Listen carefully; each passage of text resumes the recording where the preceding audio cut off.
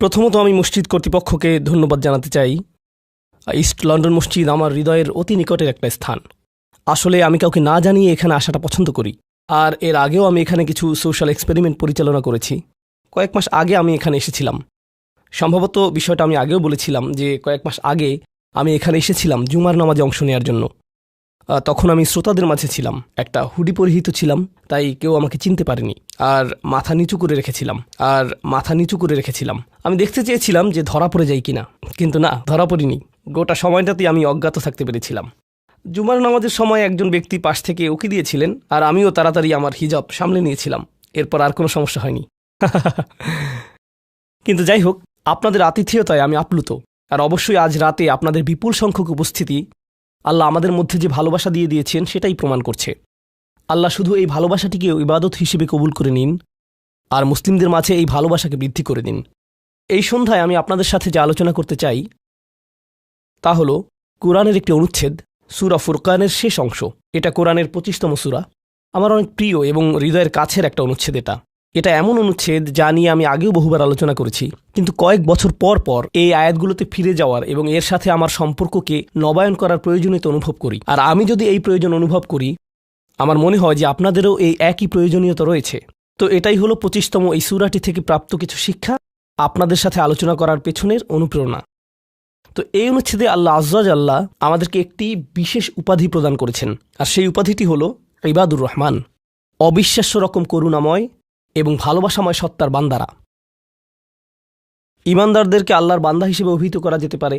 ইমানদারদেরকে শুধুমাত্র ইমানদার হিসেবে অভিহিত করা যায়। আল্লাযীনা আমানু, আমাদেরকে মুসলিম বলে অভিহিত করা যায়। আমাদের অনেক উপাধি রয়েছে, আর এই সকল উপাধির মধ্যে আল্লাহ এই সূরাতে বিশেষ এবং অনন্য একটা উপাধি বাছাই করেছেন, সেটা হলো ইবাদুর রহমান। আর এটা কিছু ইঙ্গিত প্রকাশ করছে। প্রথমত, ব্যাকরণগত দৃষ্টিকোণ থেকে ইবাদুর রহমান শব্দ দুটিকে আরবিতে বলা হয় ইদাফা। সরল ভাষায় এর অর্থ হল দুইটি শব্দ একে অপরের সাথে সম্বন্ধযুক্ত। ব্যাকরণগতভাবে দুইটি শব্দ যা একে অপরের সাথে একীভূত হয়ে আছে। আর ব্যাকরণগতভাবে বলা যায় যে মুদাফ এবং মুদাফ ইলাইহির মাঝে কোনো কিছু আসার সুযোগ নেই, তারা অবিচ্ছেদ্য। আল্লাহ এখানে বলতে পারতেন ইবাদুন লির রহমান, আর রহমানের প্রতি নিবেদিত বান্দারা। কিন্তু যেহেতু এই দুইটি শব্দ একে অপরের সাথে এভাবে একীভূত হয়ে আছে, এই বিষয়টি থেকে কিছু তাফসীরকারক অনুপ্রাণিত হয়ে এই মত ব্যক্ত করেছেন যে এটা কিছু মানুষের সাথে আল্লাহর খুবই নিকট সম্পর্ক বর্ণনা করছে। আর অবশ্যই আল্লাহর নামগুলোর প্রত্যেকটিরই নির্দিষ্ট অর্থ রয়েছে।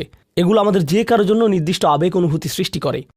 তিনি বলতে পারতেন ইবাদুল্লাহ, আল্লাহর বান্দারা, কিন্তু তিনি তার প্রজ্ঞা দিয়ে দুইটি শব্দ চয়ন করেছেন, ইবাদুর রহমান। তো এই আয়াতে আমাদের এবং আল্লাহর সাথে যে সম্পর্ক বর্ণনা করা হয়েছে তা হলো ভালোবাসা, যত্ন এবং করুণার সম্পর্ক। আমাদেরকে আল্লাহর ভালোবাসা, যত্ন এবং করুণার চাদরে জড়িয়ে নেওয়া হয়েছে। আয়াতগুলোর অগ্রসর হওয়ার সাথে সাথে বক্তব্যের বিষয়বস্তুকে দুটি ভিন্ন দৃষ্টিভঙ্গি থেকে দেখা সম্ভব। একটি দৃষ্টিভঙ্গি হলো কিছু মানুষের বিশেষ কিছু গুণ রয়েছে। বিশেষ এই মানুষগুলো কারা? যাদেরকে আল্লাহ ইবাদুর রহমান বলে আখ্যায়িত করেছেন। এই দৃষ্টিভঙ্গি অনুযায়ী এই হলো গুণাবলীগুলোর একটা তালিকা। যদি এর সবগুলোর অধিকারী হতে না পারেন, আপনি আসলে ব্যর্থ হয়েছেন। এটা হলো একটা দৃষ্টিভঙ্গি।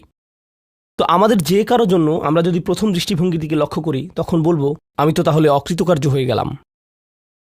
কিন্তু এটাকে দেখার আরেকটা পরিষ্কার দৃষ্টিভঙ্গি রয়েছে, আর সেটা হলো এই প্রত্যেকটি হলো পৃথক শ্রেণীর মানুষের জন্য। তাদের প্রত্যেকেই হলেন পৃথক শ্রেণীর মানুষ।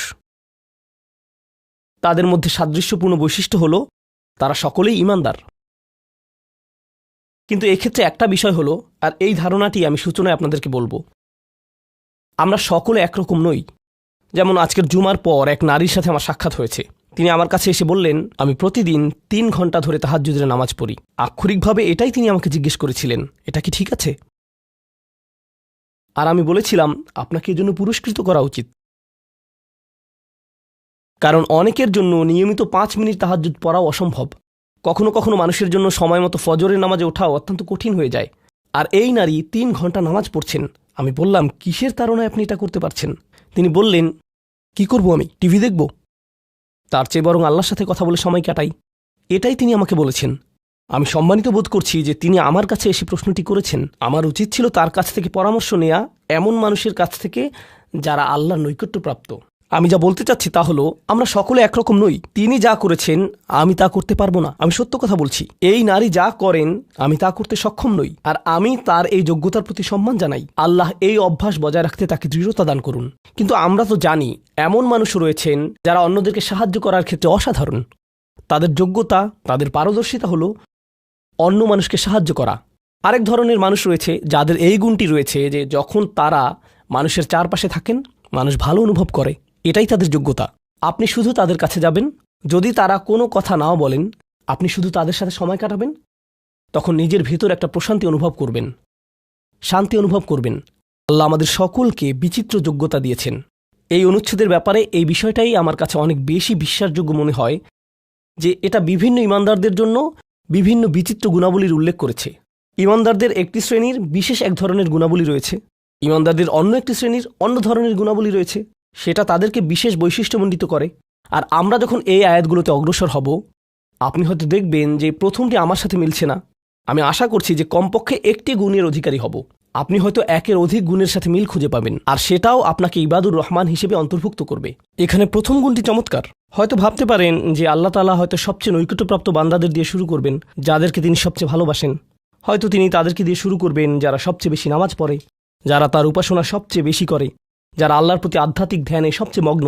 কিন্তু আল্লাহ কি দিয়ে শুরু করলেন? তিনি বললেন, আল্লাযীনা ইয়ামশুনা আলাল আরদি হাওনা। অবিশ্বাস্য রকম করুণাময় সত্তার বান্দারা, এই বিশেষ মানুষগুলো হলো তারা যারা বিনম্রতার সাথে পৃথিবীতে চলাফেরা করে। আল্লাযীনা ইয়ামশুনা আলাল আরদি হাওনা। সামনে এগুনোর আগে এটা দিয়ে কি বোঝাচ্ছে তা আমাদেরকে উপলব্ধি করতে হবে। এর অর্থ এটা না যে আপনি যখন রাস্তায় হাঁটবেন অর্ধেক রুকু করা অবস্থায় হাঁটবেন, এরকমভাবে মাথা নিচু করে রাখবেন আর বলবেন যে আমি বিনয় প্রকাশ করছি। এটা বিনয় প্রকাশ করা নয়। আপনি সোজাভাবেই হাঁটবেন। আপনি মানুষের সাথে তাচ্ছিল্য সহ কথা বলবেন না। আর আলাল আরদি, এই ধারণাটি হলো যেখানেই যান, হয়তো ঘরে থাকতে পারেন, হয়তো কাজে থাকতে পারেন, হয়তো শিক্ষা প্রতিষ্ঠানে থাকতে পারেন, হয়তো আপনার কর্মচারীদের সাথে কাজে আছেন, হয়তো আপনার নিয়োগদাতার সাথে কথা বলছেন, হয়তো কথা বলছেন শিশুদের সাথে, অথবা কথা বলছেন বড়দের সাথে, হয়তো আপনার বাবা মায়ের সাথে কথা বলছেন, হয়তো এটা অন্য কেউ, হয়তো এটা মুসলিম হতে পারে অথবা অমুসলিম। যখনই মানুষের সাথে কথা বলেন এক ধরনের বিনয় থাকতে হবে। যেভাবে আপনি তাদের সাথে কথা বলবেন, কাউকে মূল্যহীন বোধ করাবেন না আপনার কথার দ্বারা।